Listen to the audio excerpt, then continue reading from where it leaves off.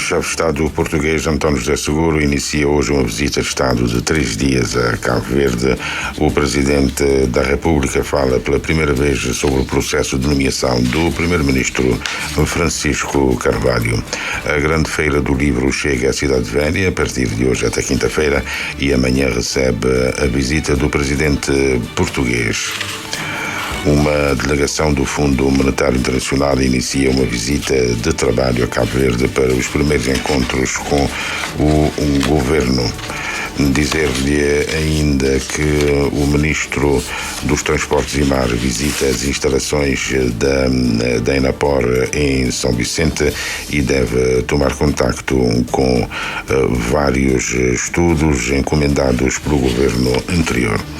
A Seleção Nacional de Futebol Feminino realiza hoje um jogo-treino com a congênere de Marrocos. O Parlamento francês aprova hoje em votação definitiva um texto que proíbe o uso de redes sociais por menores de 15 anos. Linhas de força do Primeiro Jornal, com edição e apresentação do Júlio Vera Cruz Martins, a técnica com Mira Cardoso e Nelson Neves. Bom dia.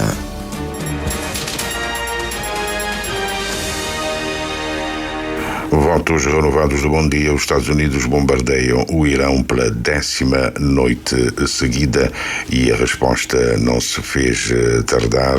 A Guarda Revolucionária do Irão anunciou hoje de manhã que tinha atacado instalações militares americanas no Bahrein e no Kuwait, interceptado 2 patrulheiros que navegavam pela chamada Rota Sul do Estreito de Hormuz. O preço do petróleo Brent, de referência para Cabo Verde, está mais caro, para quase $100 o barril. O chefe de Estado português António José Seguro inicia hoje uma visita de Estado de 3 dias a Cabo Verde, a primeira que realiza desde a sua tomada de posse em março passado. O Presidente da República considera que a visita do seu homólogo representa um marco que traduz a excelência das relações de amizade e de cooperação entre Cabo Verde e Portugal.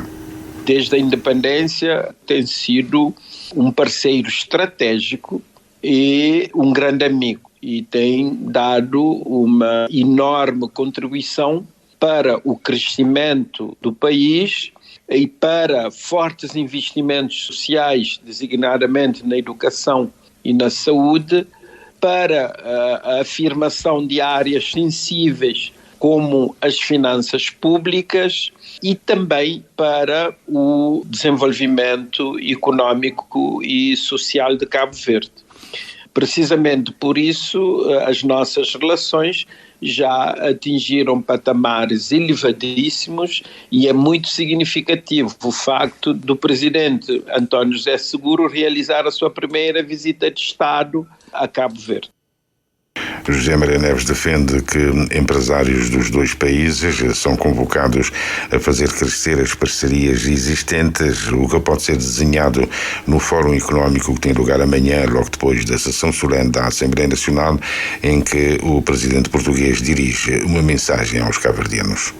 E queremos elevar ainda mais essas parcerias e favorecer, com a criação de um ambiente de negócios mais favorável, o desenvolvimento de negócios entre empresários portugueses e cabo-verdianos. Os privados hoje, as universidades, os hospitais, as empresas em geral, poderão dar um grande contributo não só para o aprofundamento das relações económico-empresariais, mas também para o reforço da cooperação entre Cabo Verde e Portugal. O programa da visita de António José Seguro contempla deslocações da Cidade Velha, Tarrafal e à Ilha da Boa Vista, onde participa quinta-feira próxima na abertura da 5ª Conferência da Década do Oceano. Em exclusivo, o Presidente da República fala pela primeira vez sobre o processo de nomeação do Primeiro-Ministro Francisco Carvalho, que está a ser acusado pelo Ministério Público pela prática de 26 crimes alegadamente praticados entre 2020 e 2024, enquanto Presidente da Câmara Municipal da Praia. Quando eu nomeei o Dr. Francisco de Carvalho, ele ainda não estava acusado. Tinha sido constituído arguido, mas não era acusado. E o presidente, face às eleições, nomeia o primeiro-ministro, ouvidos os partidos políticos com assento parlamentar. O PAICV propôs o Dr. Francisco de Carvalho e eu consultei os outros dois partidos relativamente a essa proposta. O Movimento para a Democracia, que tem 33 deputados, não se opôs à nomeação do Dr. Francisco de Carvalho. Disse que tinha havido eleições, que o PAICV tinha ganho e que era natural que o PAICV indicasse Francisco de Carvalho para ser primeiro-ministro. Só a UCID é que levantou o problema. José Maria Neves socorre-se da Constituição da República para lembrar que o Presidente não tem poder para demitir um Primeiro-Ministro por ele nomeado, nem em casos de crise institucional grave, como é possível, aliás, em Portugal. Em Cabo Verde, a única forma do Presidente resolver uma crise institucional grave passa pela dissolução do Parlamento. Na verdade, no caso de Cabo Verde, no primeiro ano da legislatura, o Presidente não pode dissolver o Parlamento. E no último ano do mandato do Presidente, o Presidente também não pode dissolver o Parlamento.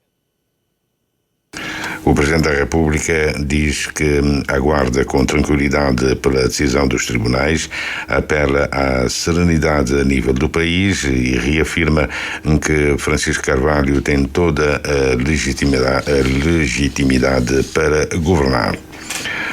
A Grande Feira do Livro chega à Cidade Velha a partir de hoje até quinta-feira e amanhã recebe a visita do presidente português que participa no diálogo intergeracional entre o Prémio Camões Germano Almeida e jovens vencedores do Concurso Nacional de Leitura, um dos pontos do programa da Grande Feira do Livro. Detalhes com a jornalista Angélica Vaz. Uma das grandes metas da Grande Feira do Livro é fazer a literatura chegar a todos os cabo-verdianos e municípios. A escolha da Cidade Velha para acolher esta edição serve para exaltar os claridosos, avança a presidente do Instituto da Biblioteca Nacional de Cabo Verde. Este desafio da cidade de Ribeira Grande, a cidade berço da cabo-verdianidade, é sobretudo num ano histórico em que comemoramos os 90 anos da revista Claridade, celebrar a literatura cabo-verdiana, exaltar os claridosos. Por isso o lema deste ano é herança literária e toda a dinâmica que iremos desenvolver durante as várias itinerâncias que iremos ter nos próximos meses será à volta deste lema. Uma das novidades desta edição é a exposição sobre os prémios Camões. A iniciativa, diz Matilde dos Santos, nasce de uma parceria entre o Instituto Internacional da Língua Portuguesa e a UNICV, com o objetivo de dar a conhecer outros escritores da lusofonia já galardoados. O Prémio Camões, que também financia a Grande Feira, dar a conhecer os vários, tendo em conta que Cabo Verde tem 2 prémios Camões, o Germano Almeida e depois nós também temos o Arménio Vieira. É nesta conexão, para além dos escritores cabo-verdianos, dar a conhecer outros escritores já premiados com este prémio maior da literatura da lusofonia. A literatura infanto-juvenil e a literatura cabo-verdiana continuam a ser as grandes apostas da feira. Nesse sentido, o evento reserva um momento dedicado ao diálogo entre várias gerações. Temos um painel que é intitulado Herança Literária, em que teremos em conversa não só o escritor Germano Almeida, mas os 2 jovens que foram um dos premiados do Concurso Nacional de Leitura, Joel e o João, que, através deles e através de várias dinâmicas que tentar, através dos painéis, pôr em diálogo várias gerações e procurar saber estas novas gerações, quais são os interesses a nível da literatura e a nível da leitura que estão em vigor por este momento. Toda a verba arrecadada no âmbito da feira reverte para o Plano Nacional de Leitura e para as suas respectivas atividades. O valor, segundo diz Matilde dos Santos, também servirá para reforçar o acervo de bibliotecas públicas e privadas que promovem o conhecimento e criam novos espaços de leitura pelo país. Uma delegação do Fundo Monetário Internacional inicia hoje uma visita de trabalho a Cabo Verde para os primeiros contactos com o novo governo. A última missão data de novembro do ano passado e, na altura, foi divulgado que o Conselho Executivo do FMI iria desbloquear aproximadamente 10 milhões de dólares como resultado da 7ª avaliação do programa ao abrigo da linha de crédito alargada e a 3ª e 4ª avaliações do instrumento de resiliência e sustentabilidade. Na conferência de imprensa de 5 de novembro, o diretor executivo do FMI para Cabo Verde, André Roncaglia, defendeu que a trajetória do país deve ser valorizada quando o mundo inteiro aumenta dívidas e enfrenta dificuldades fiscais. Em que grande parte dos países ricos tem dificuldades de viver dentro dos seus próprios meios, Cabo Verde dá uma demonstração exemplar de uma sociedade estável, com inflação controlada, taxa de juros baixa, um superávit fiscal e uma dívida em queda. É uma trajetória importante a se destacar num contexto em que esses riscos internacionais crescem. E essa é uma conquista que não deve ser jamais diminuída ou desvalorizada de qualquer maneira. Como brasileiro, eu também sei que muitas vezes quando a gente se prende ao debate público doméstico, a gente perde um pouco o contexto internacional. Mas é importante destacar como Cabo Verde vem fazendo um trabalho exemplar em garantir um horizonte de planejamento para a atividade econômica, para os investimentos, que não deve ser diminuído nem desmerecido. Na reunião de hoje participam os ministros da Economia, Comércio, Indústria e Transição Digital, António Batista, da Coordenação de Projetos Especiais e Acesso a Fundos, José Carlos Muniz Varela, e a Secretária de Estado das Finanças, Maria José Pereira Lopes, que tudo indica vai representar o primeiro-ministro que acumula a pasta das Finanças. O concurso internacional que visa selecionar uma empresa para gerir a plataforma de frio do Mindelo continua ainda sem resultado conhecido. O objetivo é encontrar a substituta da Amtulo, concessionária até fevereiro do ano passado, deixando em desemprego técnico mais de 150 trabalhadores, cujos salários são agora suportados pela Enapor. Até um mês atrás que tivemos um encontro com o PCE da Enapor, acabamos por abordar este assunto sobre esse processo do pessoal da Ejantulo, que neste momento estão em casa e estão a receber os seus salários. E também, para dizer também, o NPS também está em dias. Falaram que o concurso está a decorrer as suas normais. Se calhar aqui meados de agosto, mês de agosto, poderá ter alguma informação ou alguma decisão sobre esse concurso. Também já enviamos uma nota ao Ministro do Mar para solicitar um encontro, para ver qual é a ideia também do governo sobre a situação destes trabalhadores que estão em casa. São cerca de 152 e claramente há uma preocupação tanto dos trabalhadores e do sindicato sobre o futuro desses trabalhadores. O delegado regional do SIACSA para São Vicente, Santo Antão e São Nicolau, Ediga Neto, dá nota que a reintegração dos trabalhadores no quadro da futura concessionária é um compromisso do anterior Ministro do Mar, Jorge Santos, mas que ainda está de pé. A Enapor acabou de dar algumas formações ao pessoal, que era os senhores e também os homens que trabalham aí. Na expectativa, se a empresa for gerir a plataforma de frio, já o pessoal já está preparado a regressar ao trabalho. Vem a propósito da visita que o Ministro dos Transportes e Mar realiza hoje às instalações da Enapor em São Vicente.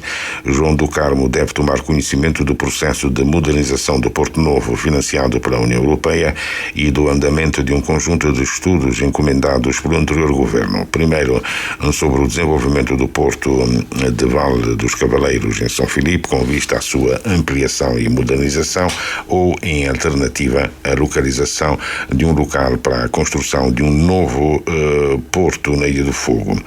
A expansão e modernização do Porto da Praia para a definição de soluções técnicas, económicas, financeiras, ambientais e institucionais que assegurem o seu desenvolvimento sustentável e competitivo.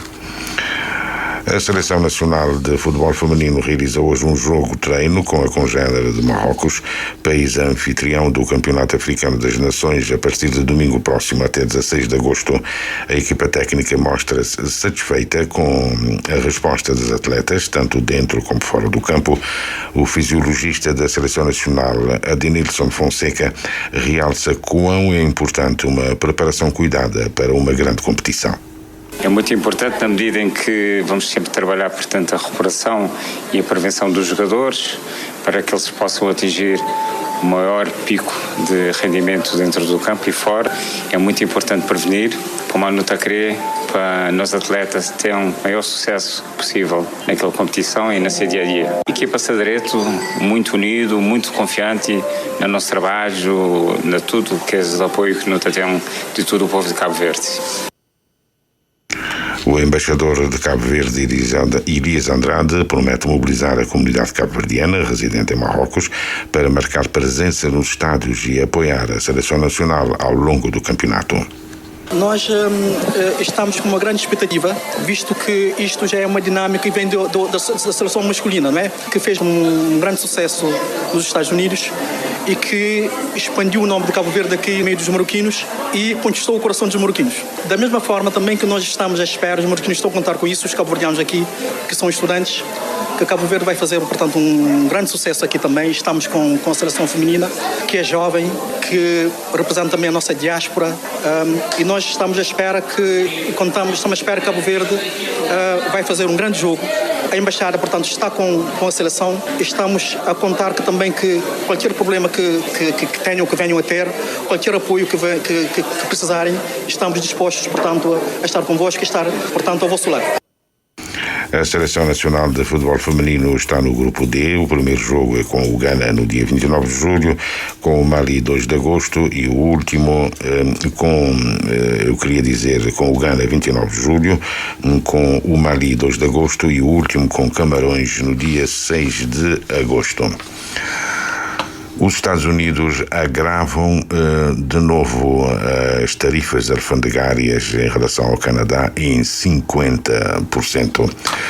O Parlamento francês deve aprovar em votação definitiva, ainda hoje, um texto que proíbe o uso de redes sociais por menores de 15 anos, uma medida que o presidente francês Emmanuel Macron deseja ver implementada já no início do ano letivo, em setembro, para proteger a saúde dos mais jovens. O projeto de lei vai ser votado no Senado à tarde e em seguida na Assembleia Nacional no final do dia, etapas que, salvo imprevistos, deverão ser aprovadas sem dificuldades. A medida deve entrar em vigor rapidamente, já no dia 1 de setembro, para as novas contas, para contas existentes. A proibição vai aplicar-se após um período de 4 meses, ou seja, 1 de janeiro de 2027. O presidente angolano João Lourenço propôs a criação de um programa global de educação e cultura para a paz e cidadania, que deve ser desenvolvido em parceria com a Aliança das Civilizações das Nações Unidas e a Unesco. A proposta, aliás, foi apresentada em Luanda, numa das sessões da Cimeira da Aliança das Civilizações.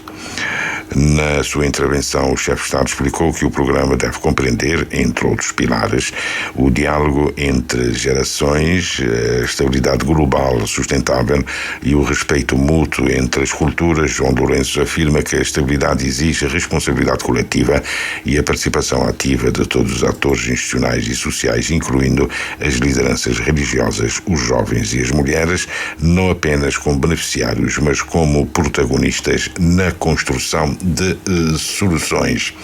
E para fechar, Orlando Lima, a China considera limitar a exportação de tecnologias de inteligência artificial e semicondutores.